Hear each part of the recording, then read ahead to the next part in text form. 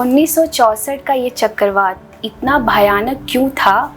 क्या कोई प्राकृतिक संकेत था? 1964 दिसंबर 23 या 24 दिसंबर को अचानक ये डिप्रेशन बनना शुरू किया। और हम लोग के पास नहीं था, हम लोग किसी दूसरे देशों पर निर्भर होते थे। ये काफी तेज रूप ले लिया और आप इसी समान लगाइए कि 230 220 किलोमीटर प्रति घंटे की रफ्तार से हवा जो है बहने लगी। धनुषकोटी जो बहुत प्रसिद्ध है, माना जाता है कि राम जी ने वहां से बनाया राम सेतु लंका पर जाने के लिए, वहां से 24 किलोमीटर माना जाता है। जो चिटियाई था उन्होंने कहा कि आप लोग सभी कोई अपना खिड़की खोल दीजिए, क्योंकि जो हवा आ रही है ना वो क्रॉस कर जाए, मैंने उससे ट्रेन हिले नहीं। और धीरे धीरे ट्रेन चल रही, तो एक भय था हम लोग के अंदर भी। सारे जितने वहां पर थे, दुकान, पोस्ट ऑफिस, चर्च, मंदिर, सब खत्म हो गए और वो ट्रेन भी चली गई समुद्र के अंदर। 150 से लोग ऊपर लोग मारे गए और शाम 4 बजते बजते वो जगह छोड़ देना है, कहा भी डिक्लेयर कर दिया। अब क्या, वो प्रकृति का तांडव था। मनुष्य को, हमको अपने औकात दिखाने के लिए कहाँ जाते थे भाग के। अब देखे होंगे फिल्म में, मंदिर में, चाहे मस्जिद में, चाहे गिरजाघर में छुपते थे। नेचर बहुत बड़ा वाटर ऑडिट करता है, हम सब लोगों को कहना चाहेंगे। नमस्कार दोस्तों, मैं हूं आरती और आप सुन रहे हैं अर्थ इकोज पॉडकास्ट। आज हम बात करने वाले हैं उस जगह की कहानी की जो कभी जिंदा थी। एक रात समंदर ने उसे पूरी तरह निगल लिया, धनुषकोडी। ये कहानी सिर्फ एक शहर के डूबने की नहीं है, यह कहानी उस अहंकार की है जब इंसान प्रकृति के सामने दिखाता है। आज हमारे साथ हैं झारखंड के जाने माने पर्यावरण विशेषज्ञ डॉक्टर नीतीश प्रियदर्शी सर, जिन्हें आपने कई बार देखा भी होगा और सुना भी होगा। झारखंड की मिट्टी, जल, जंगल, जमीन, मौसम के बारे में इनसे बेहतर शायद ही कोई बताता हो। सर, स्वागत है आज के हमारे पॉडकास्ट में। थैंक यू सर, सबसे पहले हमें ये बताइए कि धनुषकोडी की कहानी तो सबने सुनी है, देखी भी है, शायद किसी को पता भी नहीं है। सर, उस रात ऐसा क्या हुआ, इसे आप हमें संक्षेप में बताइए। देखिए, क्या हुआ था कि साइक्लोन तो आता ही है, अक्सर आता है, हरिकेन, ट्विस्टर, बाहर के कंट्रीज में, भारत में साइक्लोन हमेशा आता रहता है। दिक्कत उस दिन क्या हुआ था कि हमारे जो हिंद महासागर जहाँ ये है और बे ऑफ बंगाल के कंजर जहाँ द्वीप बसा हुआ है, रामेश्वरम जहाँ लोग जाते हैं, तो वो एरिया है हमारा डिस्टर्बिंग जोन। हुआ क्या, उस रात 1964 दिसंबर 23 या 24 दिसंबर को अचानक ये डिप्रेशन बनना शुरू किया।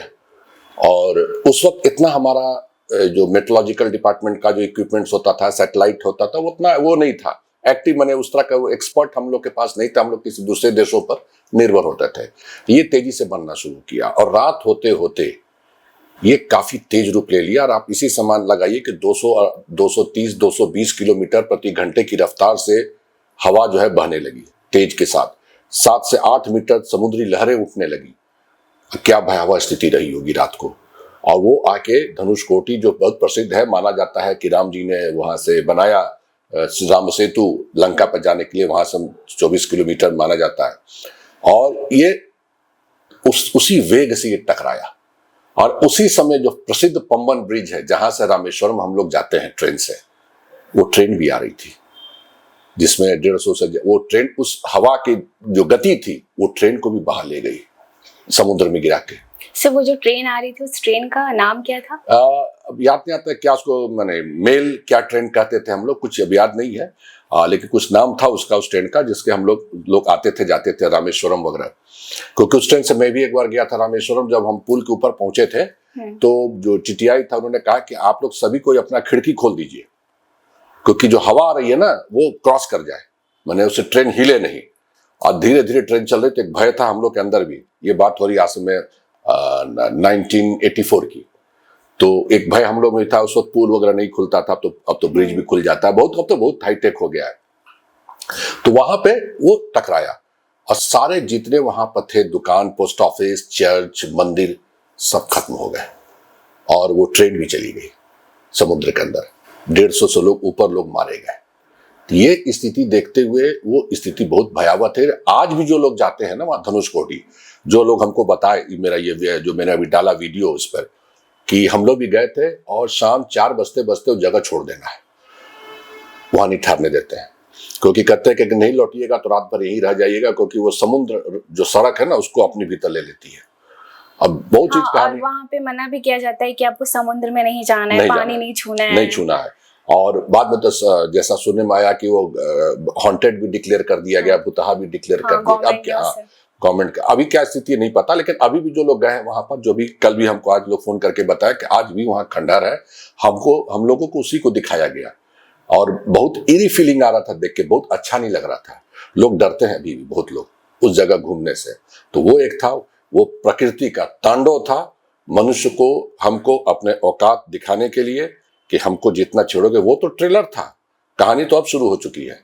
जितना अधिक साइक्लोन और जो आ रहे हैं, आपका केदारनाथ त्रासदी, जो इतनी बारिश हुई इस साल, इतनी बारिश हो रही है, कितने लोग दार्जिलिंग वगैरह का, नॉर्थ ईस्ट यूपी वगैरह में, आप देखिए उत्तराखंड वगैरह में क्या स्थिति हो गई, कितने लोग मर गए। तो नेचर अब रूप दिखा रहा है। वो तो ट्रेलर था जो उस वक्त दिखाया कि आगे होशियार रहो, अभी और आएगा। अब जो आज जो स्थिति है उसी का वो एक जो है एब्स्ट्रैक्ट था उस वक्त।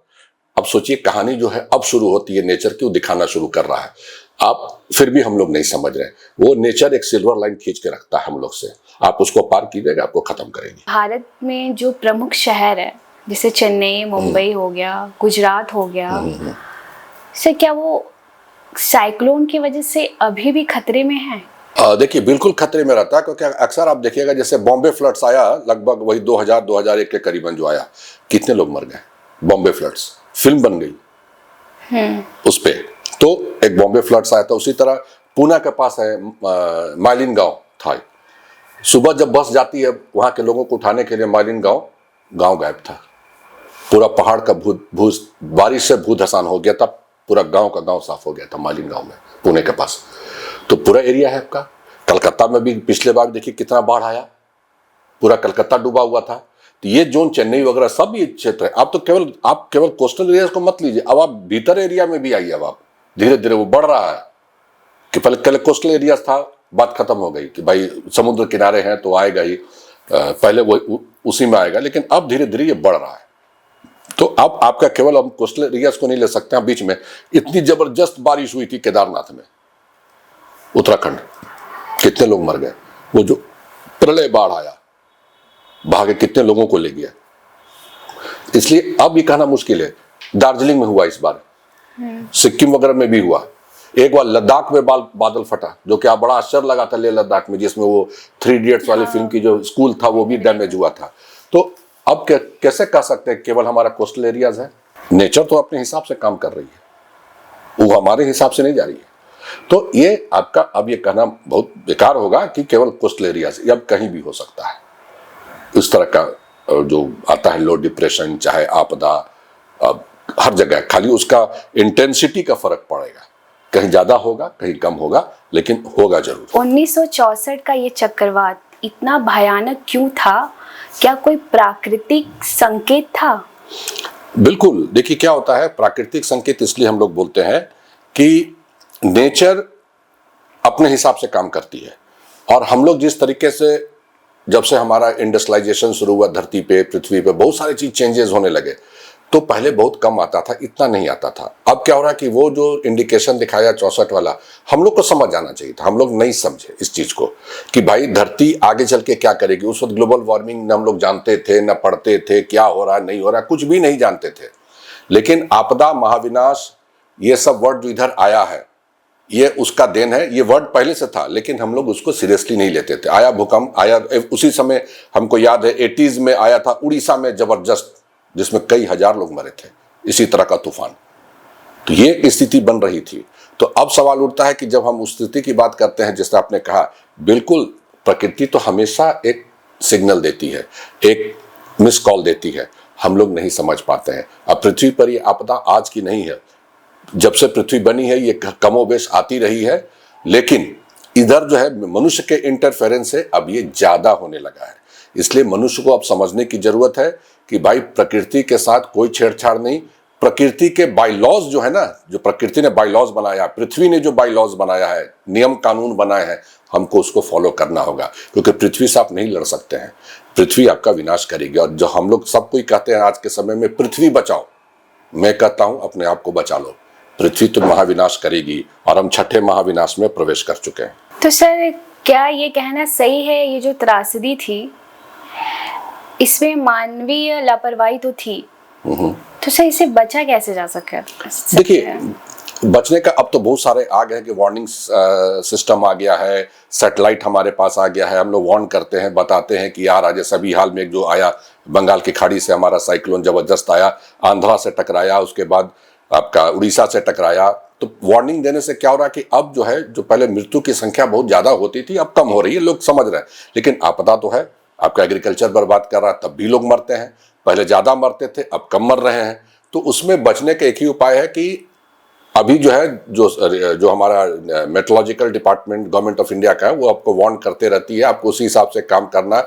कई बार वार्निंग आएगा कि तूफान आ रहा है, समुद्र में मछुआरे ना जाएं, आप मत जाइए, आप बच सकते हैं। पहले इस तरह कोई वार्निंग नहीं होता था, अब हो रहा है, तो इससे आप बच सकते हैं।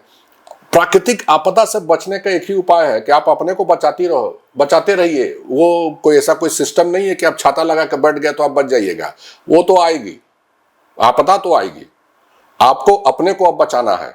अब बचाने में क्या उपाय है? कुछ नहीं है, आप घरों में रहिए, कहीं रहिए। ये ऐसी आपदा है कि कहना बड़ा मुश्किल है कि जब आएगी तो आप कुछ ये उपाय कर लीजिएगा तो आप बच जाइएगा। ऐसा कोई साइंस, ऐसा कोई विज्ञान नहीं आया। सिर्फ आप अलर्ट रहिए, वार्निंग आता है, गवर्नमेंट से भी आता है, आजकल तो व्हाट्सएप ग्रुप में भी वार्निंग आने लगा है कि भाई अब मत जाइए बाहर। जैसे उस वक्त क्या होता है, जैसे बिजली गिरने से लोग मरते हैं, वार्निंग आ जाता है कि भाई बिजली गिरना है तो क्या करना है, लेकिन तब भी इतने लोग मरते हैं, कई संख्या में लोग मरते हैं। साल भर में 1000-2000 लोग मर जाते हैं। किसी भी राज्य में, झारखंड की अगर हम बात करें तो 2-3 हजार तो डाटा आराम से चला जाता है कि लोग मर जाते हैं बिजली गिरने से। तो आपदा तो आएगी, आपको यह है कि अब इससे आपको झेलने को तैयार रहना होगा। और आप आश्चर्य होगा जान के कि बहुत सारी पहले फिल्मों में आप देखे होंगे कि तूफान का जिक्र होता है, तूफान आ रहा है, गांव वाले भाग रहे हैं। कहाँ जाते थे भाग के? आप देखे होंगे फिल्म में, मंदिर में, चाहे मस्जिद में, चाहे गिरजाघर में छुपते थे। अगर वैज्ञानिक तौर पर देखा जाए तो मंदिर का कंस्ट्रक्शन, चाहे चर्च का जो कंस्ट्रक्शन वगैरह होता है, जो हवा का वेग टकराता है, वो हवा का वेग टकराने के बाद घूम के फैल जाता है, क्योंकि इस तरह का रहता है गोलाई उसका, मंदिर का गुंबद वगैरह। इसलिए जैसे केदारनाथ में हुआ, कितने घर भागे, मंदिर बचे थे। हाँ, याद रखिए। तो वो वेग आया, तो वो हमारे पूर्वज बेवकूफ नहीं थे जो इस तरह का कंस्ट्रक्शन उन्होंने किया था। तो आप उस वक्त भी लोग जाके छिपते थे। एक बड़ा फिलॉसफी है, अगर आप अड़िएगा तो गिरिएगा। अब मंदिर इस तरह का बना होता है कि आप आया, वेग टकराया और फैल गया। तो सच क्या ये कहना सही है कि जो मंदिर गवर्नमेंट बनवा रही है, तो क्या ये आपदा से बचने के लिए मंदिर कंस्ट्रक्ट किया जा रहा है? नहीं, आपदा तो डिफरेंट है, ये तो आस्था की बात है, लोगों की आस्था रहती है भाई मंदिर में, वो डिफरेंट इशू है। क्योंकि साइंस अपनी जगह है, रिलीजन अपनी जगह, दोनों को नहीं मिलाना है, वो रिलीजन हो गया। लेकिन उसमें जो कंस्ट्रक्शंस बनते हैं वो इसी हिसाब से हमारे पूर्वजों ने बनाया, उसी को हम लोग आज भी फॉलो करते हैं वास्तु के हिसाब से। और उसका कारण भी है कि वो जब कभी तूफान वेग आता है तो मंदिर को डैमेज ज्यादा नहीं होता, क्योंकि वो जो वेलोसिटी ऑफ विंड होता है ना, वो डिस्ट्रीब्यूट हो जाता है। इसलिए आप देखिए कभी कभी जो लोग पोस्टर बैनर्स टांगते हैं रोड के ऊपर में, उसमें गोल गोल छेद रहता है। क्यों रहता है? क्योंकि हवा पार कर जाए, फटेगा नहीं।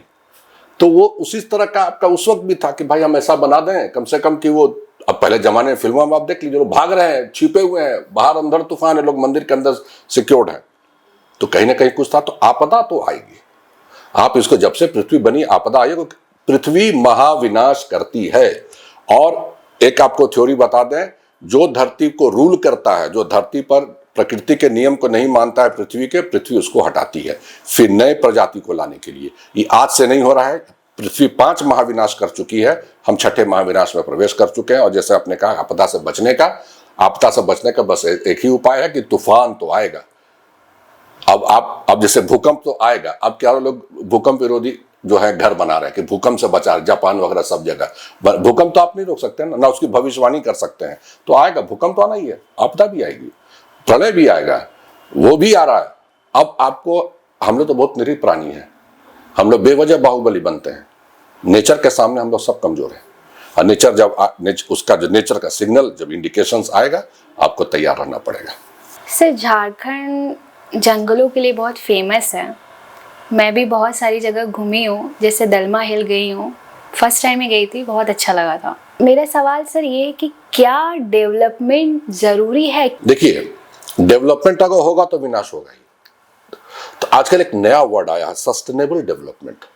जैसे आप पेड़ काट रहे हो रोड चौड़ीकरण में, ठीक है, पेड़ काट रहे हो, कहीं आप पेड़ लगाओ, उसको बैलेंस करो। तो उससे क्या होगा कि अगर आप पेड़ लगाते हो कहीं भी तो पेड़ को बचाओ।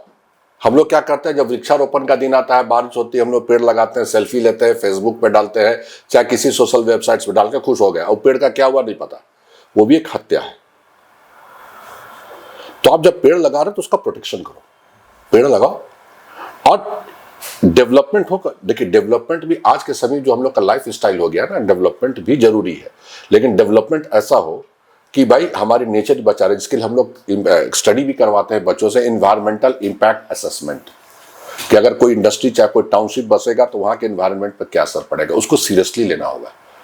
तो आज यहाँ का ट्राइबल्स को देखिए, उनको तो कहेंगे हमको डेवलपमेंट नहीं चाहिए, हम जंगल में खुश हैं। बहुत हमसे बातचीत होती है, हम खुश हैं, हमको जो चाहिए हमको जंगल दे रहा है। कोविड आया, जंगल में कहां फैला कोविड, गांव में कहां फैला, सब शहर में फैला। तो अब सवाल उठता है कि आपको डिसाइड करना है, आज नहीं तो कल आप देखिएगा लोग वापस लौटेगा। आज लौटना शुरू कर दिया है, लोग कर रहे, गांव देहात में फार्म हाउस खरीद रहे हैं, रिसोर्ट बना रहे हैं, ठीक है। लोग अब शिफ्ट होना चाह रहे हैं, मैरिज डेस्टिनी मैरिज में गांव और फार्म हाउस सेलेक्ट कर रहे हैं। क्यों? लौट रहे हैं वापस। अब तो बहुत जगह आप देखिएगा ये सब सिस्टम जो है ना, गाड़ी मोटर्स ये सब जो भी आ रहा है, बहुत बड़े शहरों में अब धीरे धीरे हटेगा ही, क्योंकि लोकल कम्युनिकेशन अब तेजी से आ रहा है। तो आप लोग भी, बहुत लोग, हम लोग सब कोई गाड़ी मोटर को अब अवॉइड करेंगे, बहुत ज्यादा कार्बन इमिशन करता है। तो अब हमारे लिए जरूरी ये है देखने का कि आपको जरूरत क्या चीज है। ये पहली बात। आप बहुत सारे ऑस्ट्रेलिया चले जाइए, वेस्टर्न कंट्रीज में चले जाइए, वहां पर ग्रीनरी पर बहुत ज्यादा जोर है।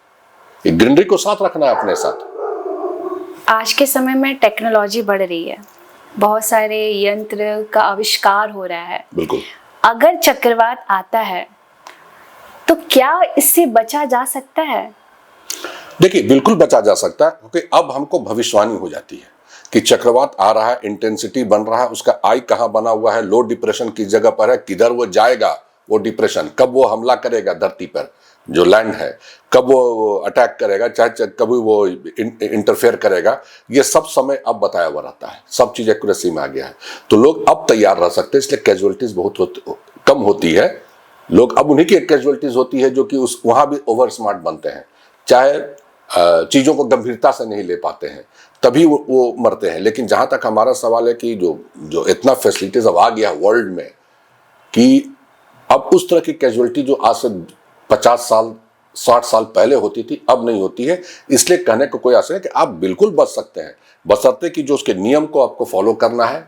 आप भाई देखिए, आप जो झोपड़ी में रह रहा है, तूफान आएगा तो झोपड़ी तोड़ेगी, उसके अंदर जो लोग हैं वो तो मरेंगे ही। तो अब क्या होता है कि लोग को कई स्कूल में, किसी आपके खुले माहौल, गवर्नमेंट बिल्डिंग्स में उनको बसाया जाता है कुछ समय के लिए कि आप वहीं रहिए, तो बहुत लोग बसते हैं। तो अब बचने का यही एक उपाय है। और प्लस क्या कि भारत में तो डिक्लेयर्ड है कहाँ कहाँ हमारा प्रॉन एरिया है साइक्लोन का, चाहे वो बे ऑफ बंगाल का कोस्टल एरिया हो, उड़ीसा, आंध्र प्रदेश, तमिलनाडु, उसी तरह आपका अरेबियन सी में आता है, महाराष्ट्र है, पुणे है, उधर आपका केरला वगैरह है। तो ये हमारा तो डिक्लेयर्ड जगह है। तो अब तो उसी हिसाब से मकान बनना चाहिए, अब तो उसी हिसाब से हमारी तैयारी होनी चाहिए कि डिजास्टर बोल के नहीं आता, अचानक फॉर्मेशन शुरू होता है। लेकिन जब ये चक्रवात है, इसको टाइम मिलता है, इसलिए हम हमारे पास समय रहता है कि वो लो डिप्रेशन फॉर्म कर रहा है, उसका आई कहाँ बन रहा है, भयावहता उसकी दिखती है। अब तो सैटेलाइट हमारे पास, सैटेलाइट हमारा फोटो ले लेता है, वो किधर मूव कर रहा है धरती का, लास्ट मोमेंट में भी चेंज करता है। ये आप भविष्यवाणी कर रहे हैं कि आंध्रा से टकराएगा, पता चला वो शिफ्ट हो गया बांग्लादेश की तरफ। तो ये सब सैटेलाइट बताता है। तो बचने का तो उपाय है, आप बच सकते हैं।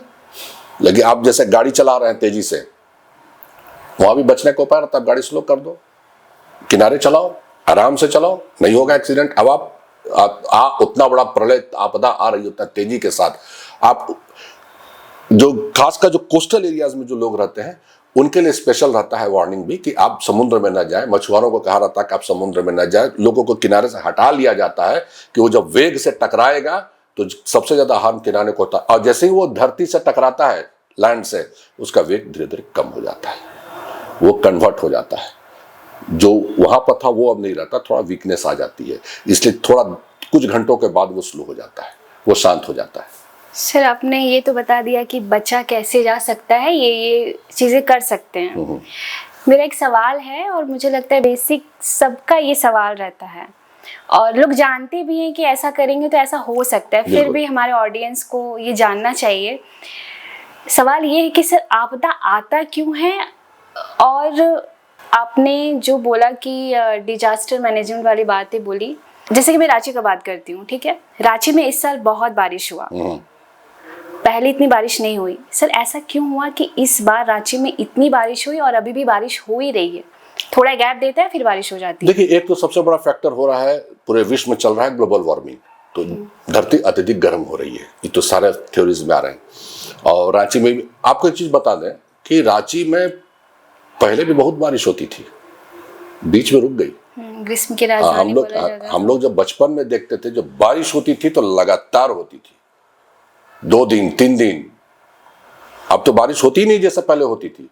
अगर हम लोग से, चाहे हमसे बुजुर्ग लोगों से बात कीजिएगा तो वो बताएंगे बारिश कैसे होती थी यहाँ। ये कई लोग बह जाते थे नदियों में, कांटा टोली के आगे एक नदी थी, रातों रात बह गए, एक पूरा परिवार झोपड़ी लेके चला गया। उसी तरह पतरातू में एक मैनेजर जीएम थे, वो जा रहे थे अपने बेटा के साथ, नदी बहा ले गई अचानक, जो नलकारी नदी वहां पर है। तो ये त्रासदी होता था रांची में, उफान लगता था। अब वो नहीं दिखता है, अब कम हो गया पहले की तुलना में। नदी उफान पे है, डैम उफान पे है, अब लोग अलर्ट हो गए, लोग बताया जाता है। पहले तो होता था, रांची में भी हुआ है। अब क्या, तो बीच में गैप आ गया, बहुत समय नहीं, वो भी ग्लोबल वार्मिंग का इफेक्ट, बारिश नहीं हो रही है, हम लोग परेशान, कहाँ गई बारिश। अब क्या हो रहा है कि अब बारिश हुआ, इस बार आप बोल रहे हैं बारिश हो रहा है तो लीजिए। तो बारिश अभी भी, जैसे अभी बात हो रही है कि अब बहुत अखबारों में पढ़ रहे होंगे कि ठंड बहुत पड़ेगी, 15 नवंबर के बाद ठंड आ रही है, डेट दिया हुआ है, ठीक है। हम लोग बचपन में जो ठंड देखे हैं रांची में ना, वो ठंड अब दिखती नहीं है। दशहरा में हाफ स्वेटर पहन के घूमते थे और छठ में हाई नेक का स्वेटर, बचपन में, वो ठंड अब कहाँ है? सर इतनी चेंजेस क्यों? नेचुरली देखिए, चेंजेस क्या हो रहा है कि हम लोग बहुत चीज जो क्लाइमेट का जो गवर्न करता है उसको हम लोग ब्रेक कर दिए। जंगल हटा रहे हैं, नदी सुखा रहे हैं, तालाब सुखा रहे हैं। जितना जंगल का परसेंटेज, अगर रांची झारखंड की अगर हम बात करें, रांची डिस्ट्रिक्ट की आज़ादी के समय में 52% यहाँ जंगल था, अब घट के 17 से 22% में आ गया है। तो जंगल तो आपका कम होते जा रहा है। नंगा पहाड़ सब है, पहाड़ों को आप हटा रहे हैं, जो पानी देता था, सब जो हमारा साइकिल है ना, वो हम ब्रेक करते जा रहे हैं, हम ही लोग कर रहे हैं ब्रेक। तो अब उसके बाद उम्मीद करेंगे कि ऐसा क्यों हो रहा है। वी आर डूइंग इट और deliberately we are doing it, ये नहीं जानते हुए भी कि सबको पता है क्या होगा अगर हम ये करेंगे। कोविड में कितने लोग मर गए? कारण ऑक्सीजन, ठीक है। मैं खुद कोविड का था, 27 दिन आईसीयू में था, मेरे अगल बगल लोग जा रहे थे, हमने पूछता था अपने अटेंडेंट से जो भी था वहां पर कि भाई कहाँ गया बगल वाला, तो बोला सर वो डिस्चार्ज हो गए। डिस्चार्ज कहाँ से हुए? पृथ्वी से हुए कि हॉस्पिटल से हुए? नहीं बता रहे थे। ये वो क्या, सारा कारण ऑक्सीजन। ऑक्सीजन का इतना महंगा सिलेंडर मिल रहा था, और जो पेड़ हमको ऑक्सीजन देता है वो सैचुरेटेड ऑक्सीजन हम लोग लगाते हैं सिलेंडर वाला, वो भी कहाँ से आता है? नेचर से आता है। आप जंगल ही हटा दीजिएगा, तो अब दिखा दिया। और जो लॉकडाउन लगा था 1 महीना, रांची फिर अपने पुराने मौसम में आ गया था, जो आज से 30-40 साल पहले था। गर्मी पड़ ही नहीं रही थी, जो लोग इनहेलर यूज करते थे वो इनहेलर नहीं यूज कर रहे हैं, एयर फ्रेश हो गया, सारी चिड़िया दिख रही है, क्योंकि मनुष्य घर के अंदर था। हाँ सर। तो नेचर आपको सोल्यूशन दे रहा है कि आदमी अब हरिद्वार में सुने, वहां बिहार में सुने कि हिमालय पूरा दिख रहा है, हरिद्वार में देखे कि हाथी और ये सब शहर में आ गए हैं, क्योंकि सबको आश्चर्य था कि भाई आदमी गया कहाँ। तरह तरह के, रांची में हमने देखा, कई वीडियो हमने बनाया, तितलियां उड़ते हुए, तरह तरह के चिड़ियों को हमने देखा पहली बार बचपन से लेकर अभी तक, वो चिड़िया दिख रही थी, सब खुश थे। क्यों खुश थे? क्योंकि हम घर के अंदर थे। तो नेचर आपको सोल्यूशन दे चुका था, आप वही कीजिए। 1 महीना का लॉकडाउन सारा सिस्टम बदल दिया। केवल नेचर का ही नहीं बदला, आदमी के काम करने की क्षमता को भी बदल दिया। आजकल ऑनलाइन ऑफलाइन जो सुन रहे हैं ना कि घरों से काम कीजिए, वर्क फ्रॉम होम है, ये देन कोविड का ही है। तो केवल नेचर को ही नहीं बदला है कोविड, हमारे सोच को भी बदला है। और उस वक्त लोग बाहर निकले जो हॉस्पिटल, नहीं अब पेड़ बचाना है, ये करना है, वो करना है, 1 साल बीता नहीं कि फिर पेड़ कट रहा है। तो नेचर विनाश करेगी, वो हम ही को यूज करेगी, क्योंकि नेचर को तो हमको हटाना है। लास्ट जो महाविनाश हुआ था जिसमें सारे डायनासोर गए हुए, अब हमारी बारी है, क्योंकि अब हम बाहुबली बने हुए हैं। हम दूसरे जीव जंतु को खाने को नहीं दे रहे हैं, उनका हक भी छीन रहे हैं, उनका निवास छीन रहे हैं, घर छीन रहे हैं, तो नेचर तो हमको हटाएगी। कोविड में कौन जानवर मरा? चाहे वहां जो सुनामी आया था अंडमान निकोबार में, चाहे में कोई जानवर नहीं मरा था। वहां के जारवा ग्रुप जो ट्राइबल्स थे वो भी नहीं मरे थे, उनको सब पता था, वो ऊंचाई स्थान पर चले गए थे। तो नेचर प्रोटेक्ट करती है किसको? जो नेचर के नियमों को पालन करता है।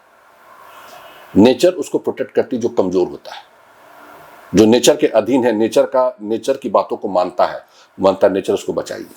तो सही कहा, नेचर हमसे नहीं है, हम नेचर से हैं। बस हम नेचर के ही पार्ट, नेचर से हम गवर्न होते हैं। आप नहीं सुनिएगा क्लास में क्या होता, टीचर की बात नहीं सुनते तो टीचर पिटती थी ना। अब क्या हो गया कि अब नया नियम आ गया कि टीचर को नहीं पिटना है, तो क्या हो रहा है?